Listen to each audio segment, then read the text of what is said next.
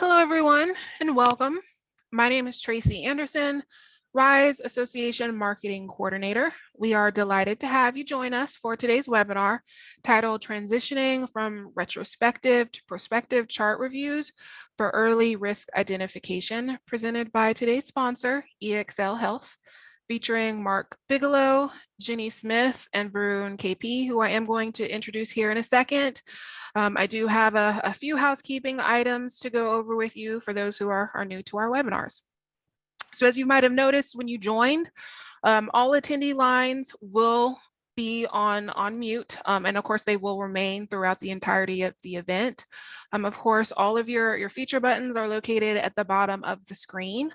So to send any of our presenters' questions, all you have to do is click the Q&A box, type your question into the Q&A box, and then click send. We will be answering questions at the end of the webinar, but again, feel free to submit those questions at any point in time. Today's program is being recorded. We will be posting a copy of the recording inside our webinar library in the member portal. We will also be sending out a link for you to view a copy of the recording from today, as well as a copy of the presentation deck. You can expect that a few days after the webinar is complete via email. We do ask that you please stay tuned in for the entirety of the presentation. This way you can participate in our customer experience survey. It's a quick poll that's going to pop up and remain available just so you can give us some information about your experience on today's webinar. Promise it's a quick poll. And now for the introduction of our speakers. Today we are joined by Mark Bigelow, Vice President of Risk Adjustment. He has over 14 years of industry expertise in the healthcare space, holding various leadership positions in finance, corporate strategy, and risk adjustment in government-sponsored and commercial payer environments. In the risk adjustment space, Mark has led teams that have developed proprietary predictive analytic algorithms, automated regulatory submissions to achieve 99% plus acceptance rates across multiple LBOs, and develop provider and member engagement strategies that have made significant improvements to risk score accuracy. We are also joined by Jennie Smith, AVP Service Delivery and Client Engagement, who is an accomplished healthcare professional with more than 20 years of experience promoting data-driven programs for clients across the healthcare continuum. Her extensive background has transitioned to EXL Health, working with risk adjustment clients to ensure high client success and satisfaction. Today, Jennie is responsible for service delivery and client engagement, which includes working with clients' retrospective/prospective chart review strategies. We also have with us Varun KP, who is the AVP of Data and Analytics. Varun has over 10 years of experience in designing and implementing data-driven solutions for clients across North America, Europe, and Asia. At EXL Health, he works with health plans and provider groups to help them achieve positive outcomes from their risk and value-based care programs through data and analytics solutions. He has successfully designed and implemented prospective medical record review programs that has helped clients transition from traditional retrospective programs. Without further ado, I will let Mark take it from here. Thank you so much, Tracy. I'm going to go ahead and share my screen and we can get going here. There we go. All right. Everybody, thank you so much for joining the webinar today. This is a topic that is really, really interesting to all of us. And I think we at EXL think this is really an opportunity that's ripe for making things better for not just us as payers or providers, but really the whole healthcare ecosystem. So I'm going to step through that real quick. We have an agenda here. So we're going to start off with the vision of risk adjustment and quality, talk about some retrospective pain points, and then the prospective solution for those pain points. And at the end, like Tracy said, we'll have time for some questions. So simply stated, the way we see the vision of risk adjustment and quality is to achieve accurate risk and quality scores with minimal member, provider, and payer abrasion. So it's a very simple vision, it's very broad, and I think it represents what all of us are striving for. I think one of the questions is what is abrasion? How do we think about that for members, providers, and payers? And I think the way we think about it is any time, effort, or cost involved with doing activities that don't really add a commensurate level of value would be defined as abrasion. So if the member's not getting the value out of their visits or the engagement efforts that we're putting after them, then that's going to be member abrasion. Same thing with providers. If we're asking providers to do things like fill out long paper forms or do exams that aren't really necessary, then I think they would consider that to be provider abrasion. So the goal here is to get those accurate risk and quality scores without having all that abrasion. And so that's the main thrust of the conversation today. The advantages will really be to provide better care by identifying chronic conditions and quality gaps earlier in the process and reducing and hopefully eliminating retrospective chart chases, and then finally improving RADV performance. So we're going to go ahead and have a poll question. This should pop up, and if you can go ahead and answer that real quick, we'll go through that.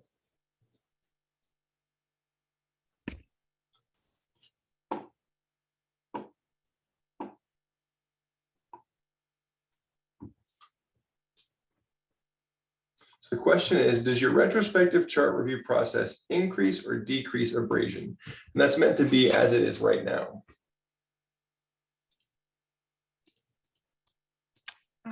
Looks like most people have responded. I'm going to give 10 more seconds. Great, thank you.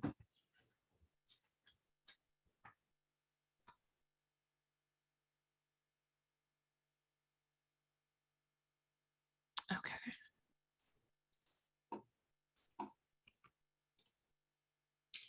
Yeah, interesting. Okay, so the majority, or at least the biggest answer, is that they increase abrasion. Some say they decrease, and then some aren't sure, and some people don't do retrospective chart chases. That's good.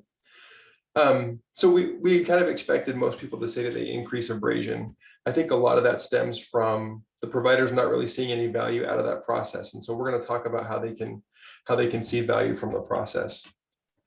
I want to turn it over now to Jennie, who's going to go through the purpose of retrospective chart reviews and some of the pain points that we see in that process.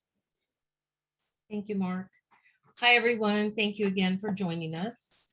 I'm going to take a couple of minutes and just talk about those pain points on the retrospective chart reviews. I think what we hear from our clients frequently is that they've done it for so long that they aren't pain points anymore. It's just how we do business. So we really wanted to kind of touch base on some of those pain points as we see it.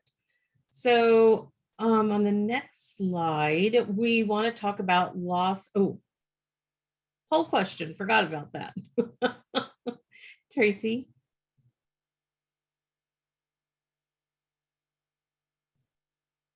So today, what we're asking is what is your organization's chart review strategy today as it is right now?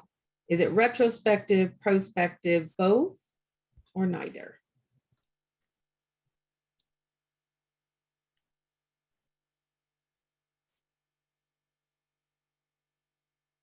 Okay. Gonna give it about 10 more seconds for everyone to respond.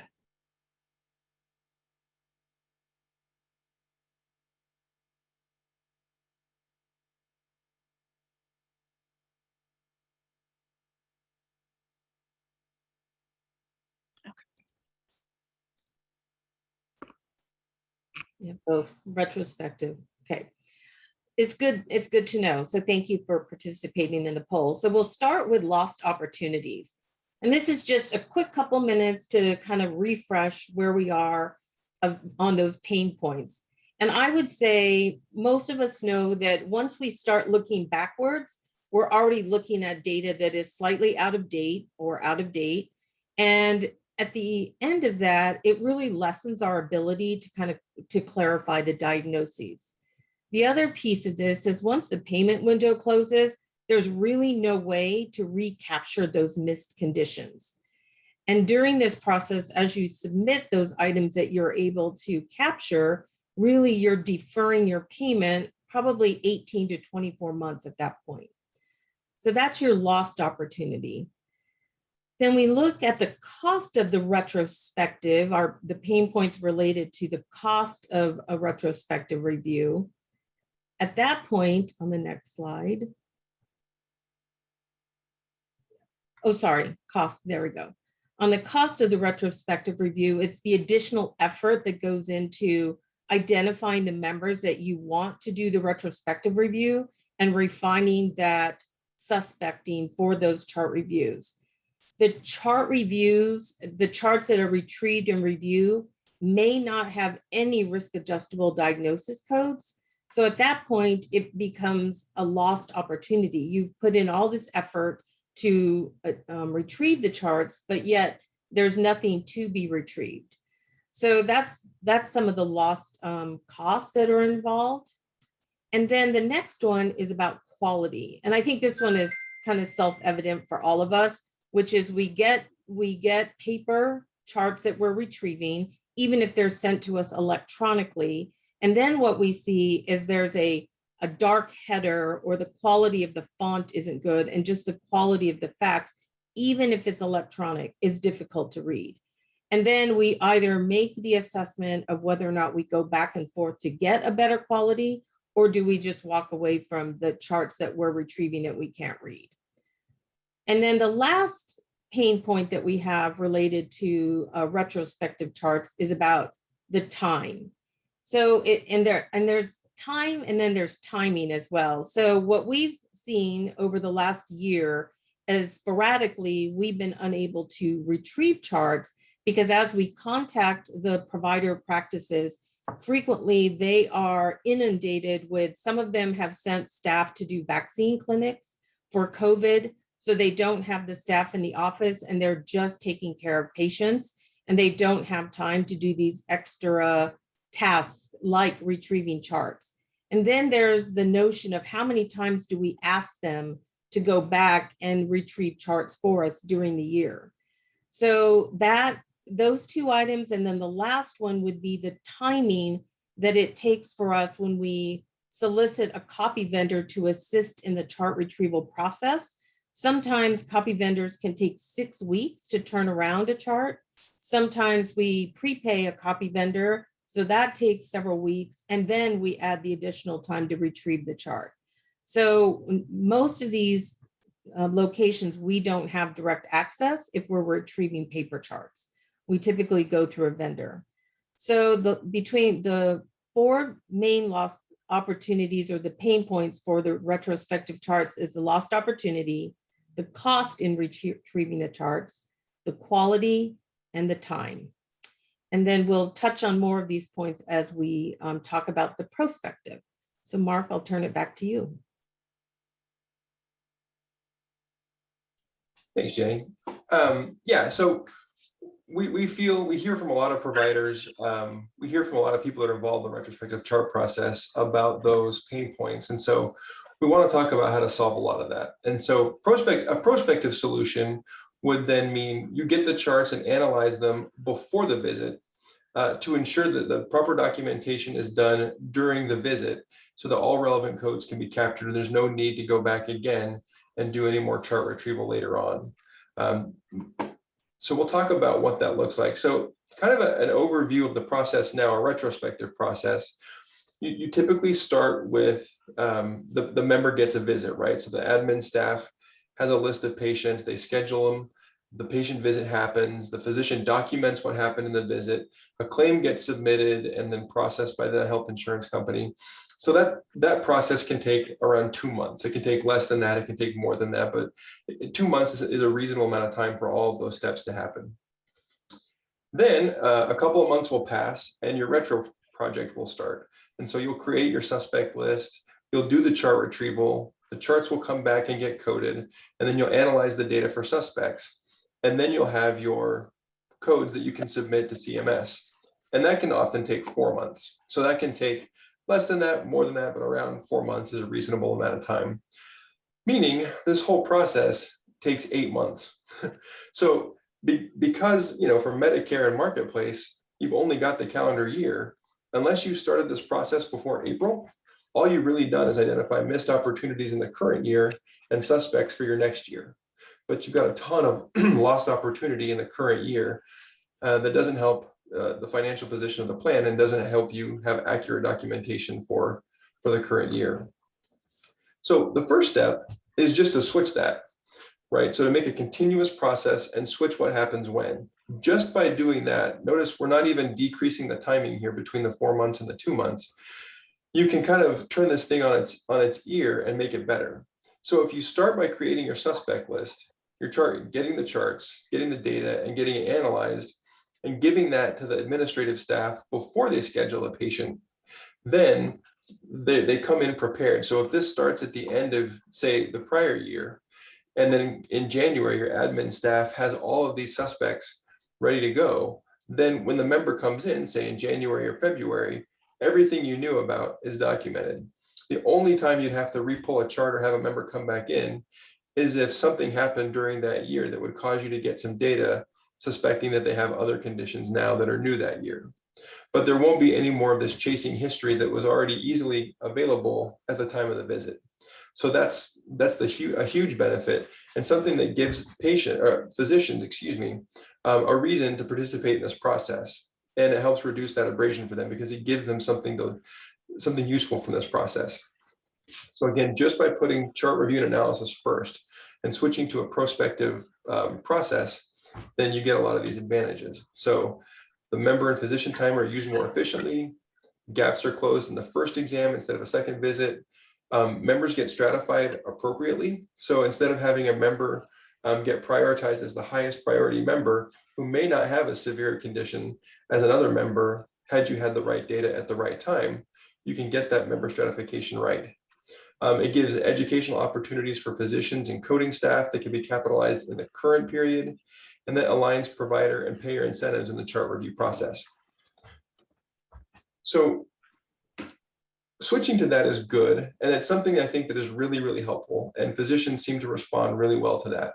But there's still one hurdle, which is when do you pull the charts? So if you're trying to pull the charts before the visit, and the visits happen consistently through the year, and with multiple providers, when do you pull those charts? How do you know when the right time is?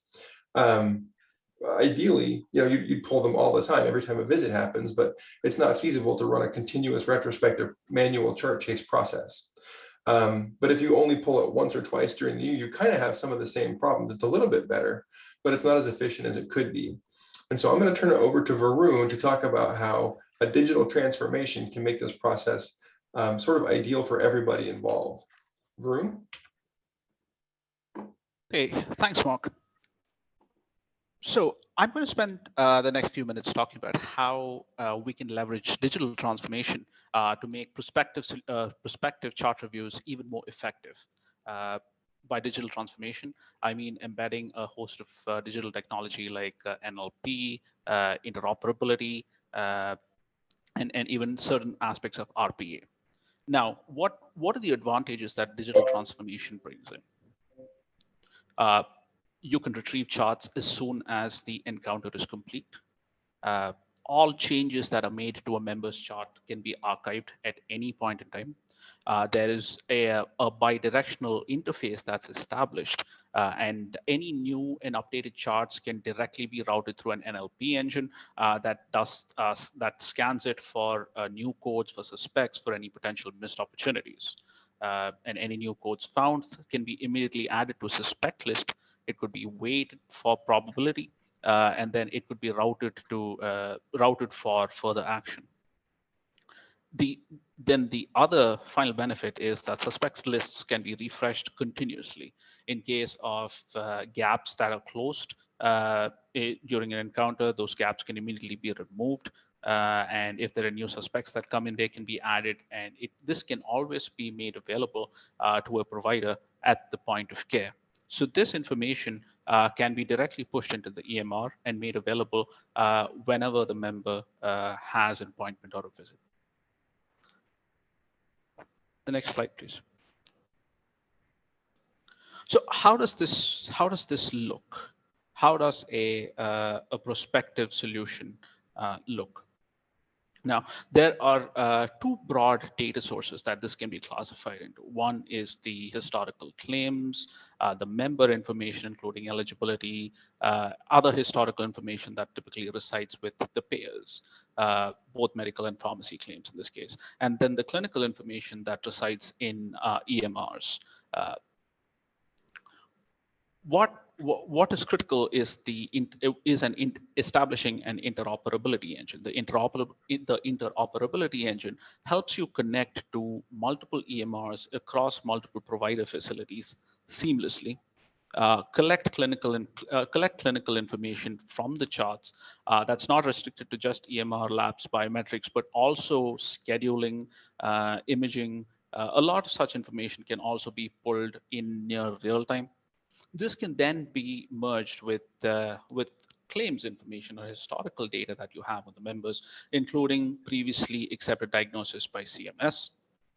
And a combination of this information is very powerful to then generate your suspect lists, identify new gaps, identify new suspects that can then be pushed back through the interoperability engine back into the EMR for the provider to review and validate at the point of care. By doing this earlier on in the year, what happens is come January, as and when the members are being prioritized, you already have a go-to list of the members who are most in need of care based on their suspect conditions, based on their open gaps, who then the clinicians' offices can prioritize and have them brought in. What are the direct benefits? One, there is normalized data across different platforms. You get a single source of truth across EMRs, across the clinicians' offices, across claims. By transitioning to a prospective solution that has digital as its linchpin, you almost eliminate the need for any retrospective chart chase or going back and pulling a medical record. By going prospective, you ensure that you're almost 100% RADB okay, and you can also effect early intervention to improve health outcomes.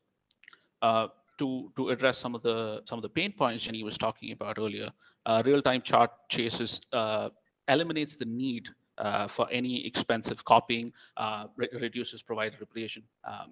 It has near real-time quality and risk gap closure.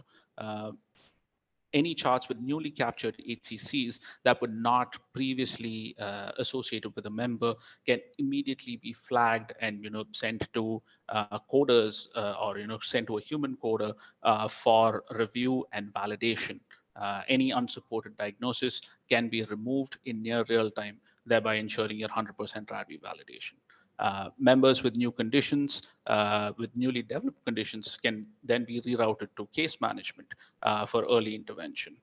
So there are a host of benefits that prospective solutions, which are grounded in a digital solution, can bring about. The next slide, please, Mark. So what are the hurdles to prospective chart chases? One is the timing. When do you really start a prospective process? Earlier on in the year is better, but it's never too late because you're doing this in almost near real time. Is there going to be chase fatigue? Without EMR integration, manual chart pulls may be very difficult. It's going to be virtually impossible to be able to collect data on every encounter in near real time without EMR integration.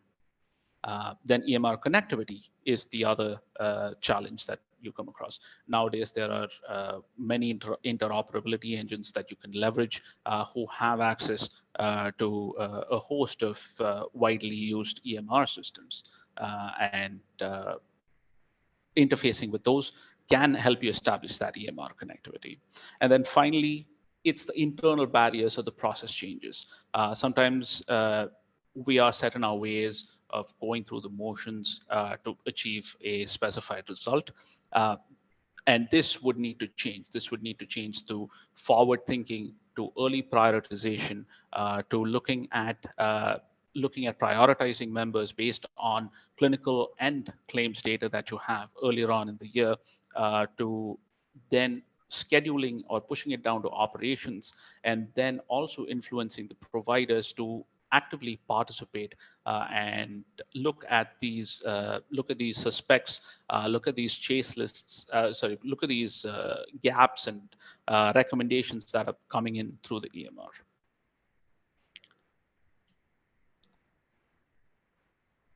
Thanks, Varun. That was really, really helpful. In fact, I want to go back to your other slide here and walk through an example of exactly how this would work. So in the example we've set up here, a member would go in for a visit and the data would be captured in an EMR. The data would then get loaded into an interoperability engine combined with the claims and other data. And then that data would immediately go into an analytical tool. So the NLP engine would scan the data for any codes that weren't added. It would take the diagnosis codes from the claims and encounters and put that together as a profile of the member. And then it would also at the same time pull a chart for that member and save that chart in the chart repository. Then as the member goes in and gets visits, every time that visit happens, the EMR gets pinged, the data gets pulled and compared against the profile. Any new conditions would then trigger another chart pull so that you always have the most up-to-date chart for your member. Then at the end of the year, once that's complete and the data is being submitted, you can you'll have a repository of a chart that has every code captured. If any codes have been deleted because of lack of support, then those codes would be submitted to CMS as well. So you've got a bidirectional process there. And then when the RADB audit happens, you've already got your repository. There's no need for a frenzied chase to go try to find all this data. When you've got the chart right there, you can simply pull the chart for that member for that date of service period. You know that it's already been reviewed by an NLP, perhaps a coder for a second level review, and you've already got a validated chart. So you can feel a lot more confident in your RADB results with a lot less effort. I think that's kind of the vision that we've put together here that we think is very doable. And in that vision, there's really no intervention from a physician or their administrative staff. It all happens automatically on the back end through the EMR integration. And so the goal here being, again, to get the most accurate risk scores and quality scores with as little abrasion on the provider member and the payer. And we think this vision accomplishes that really well. It allows the physician to just care for the member. They're staying in their EMR. They're not having to go to separate systems. They're not having to think about anything else. And then we can also pull out the educational opportunities based on the coding reviews and give that to them as well and help them become better at coding and providing care that way. I think that's all for our prepared slide. We want to leave plenty of time for Q&A. So Tracy, can we turn it over for Q&A now? Sure. So we do have a few questions that have came in. All right. So what are typical challenges in transitioning from retro to prospective? So I think that we talked about a few of those. I think that when we talk with our clients, the thing that we see most is starting early enough. And I think Mark talked about that, Varun talked about that, but it is the thing that we see the most is starting the process early enough for the prospective review. The other piece that was in one of the slides is talking about that mental shift. Because when we're doing retrospectives, we're typically starting the chase or the pursuit of those charts, reviewing maybe in the summertime and really starting that process. The intention is always to start at the end of summer, but sometimes we push into the fall.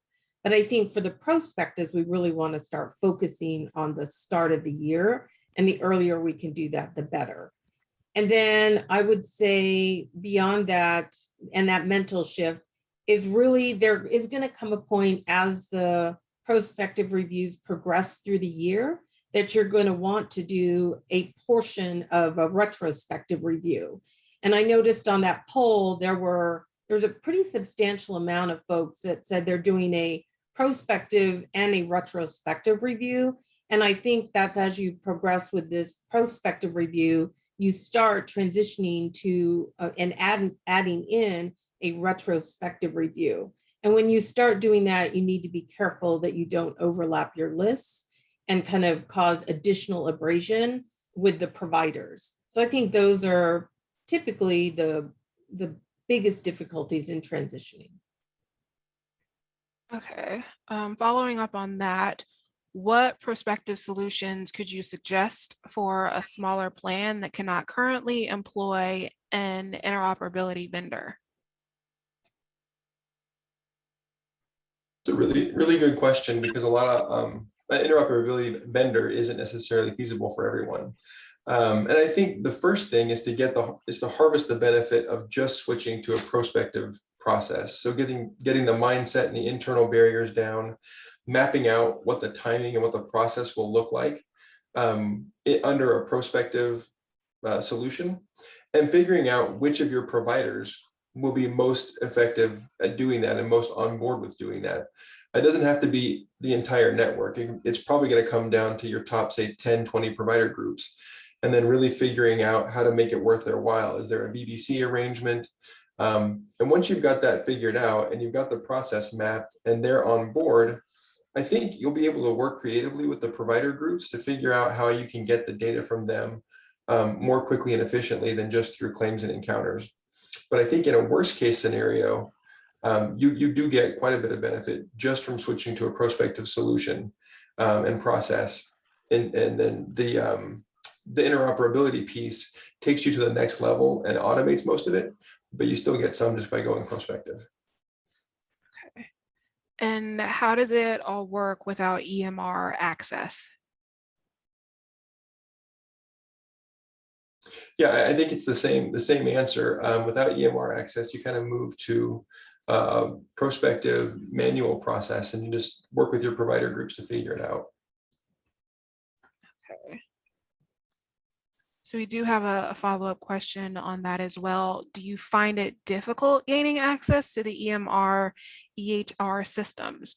I've seen several large provider groups using a vendor for chart requests.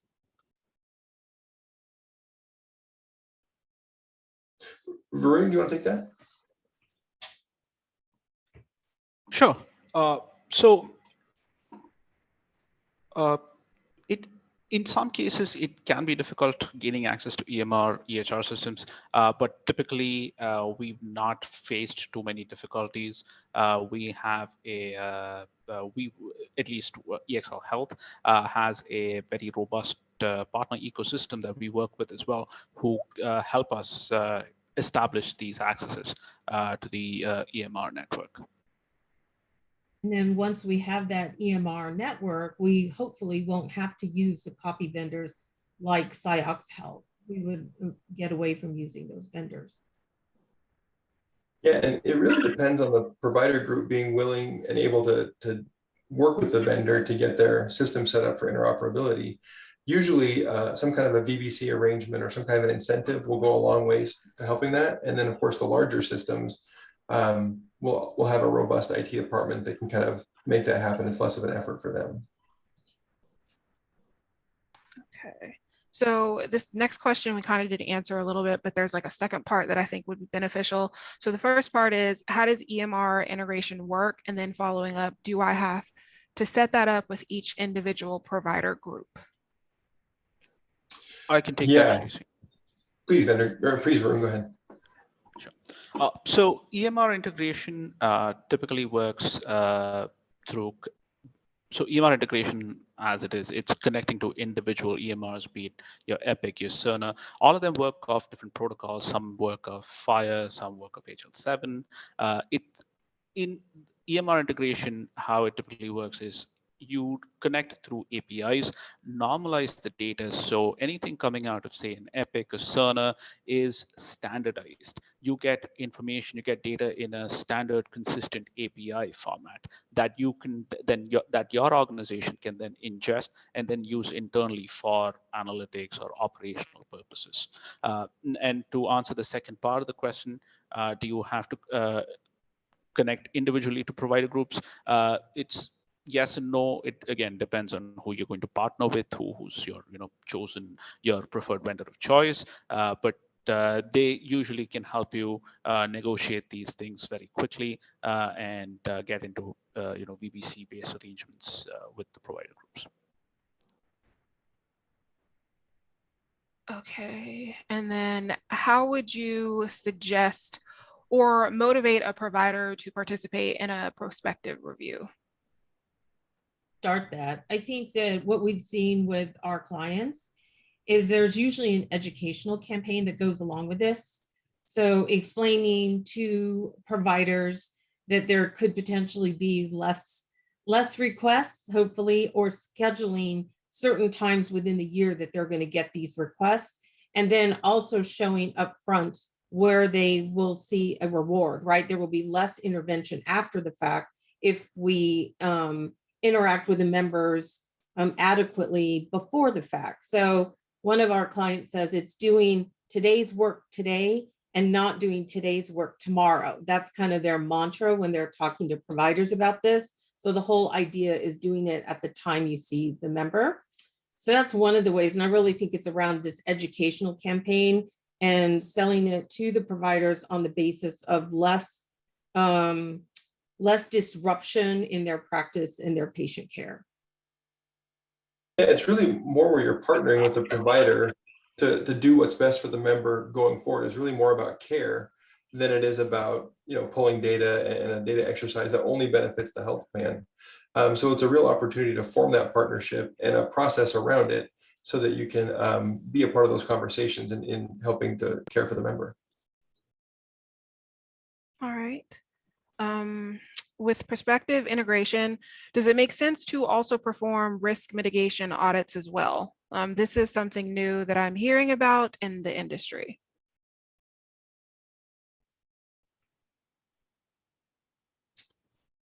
I'm not actually familiar with what you mean by risk mitigation audits. Can you get that clarified a little bit?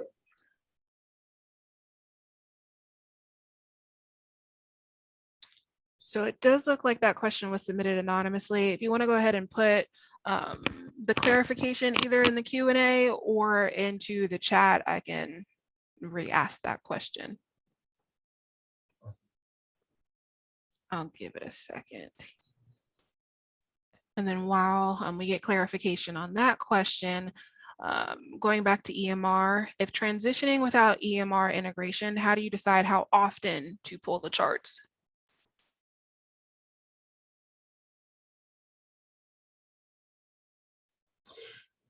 I think, Varun, can you take that one? Sure. So if there is no EMR integration, then the strategy needs to be heavily weighted on the data and analytical power that you bring into suspecting.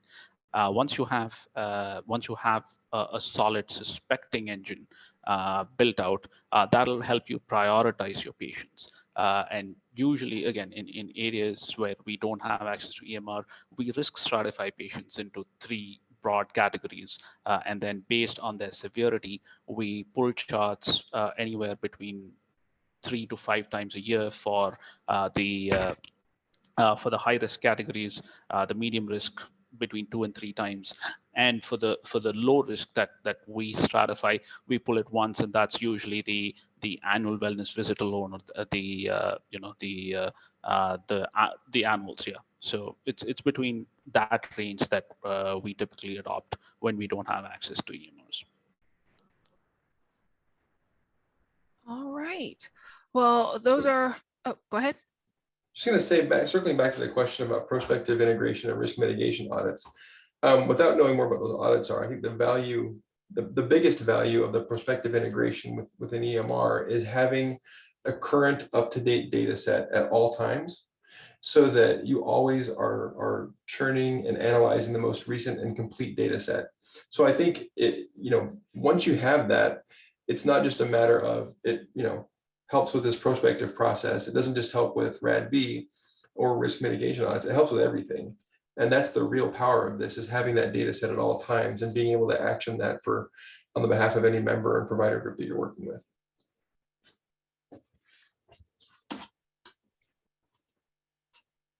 Okay. Well, thank you everyone for submitting your question. And it looks like that person said that that was very, very helpful. So thank you. But if anybody else has any questions, feel free to go ahead and put them into the Q&A still. And as long as you haven't submitted your question anonymously, I'll make sure I can get those over to our speakers to go ahead and reach out to you to answer any follow-up questions you all might have. But thank you so much for taking the time to join us today. A big thank you to our sponsor, EXL Health, and our speakers for joining us and talking to us today. And a thank you all again for attending. I am going to launch the survey here in a second, but thank you again. And I hope you enjoy the rest of your day and week, excuse me, the rest of your day and the rest of the week. And until next time we see you, bye everyone. Thank you. Bye. Joe, bye.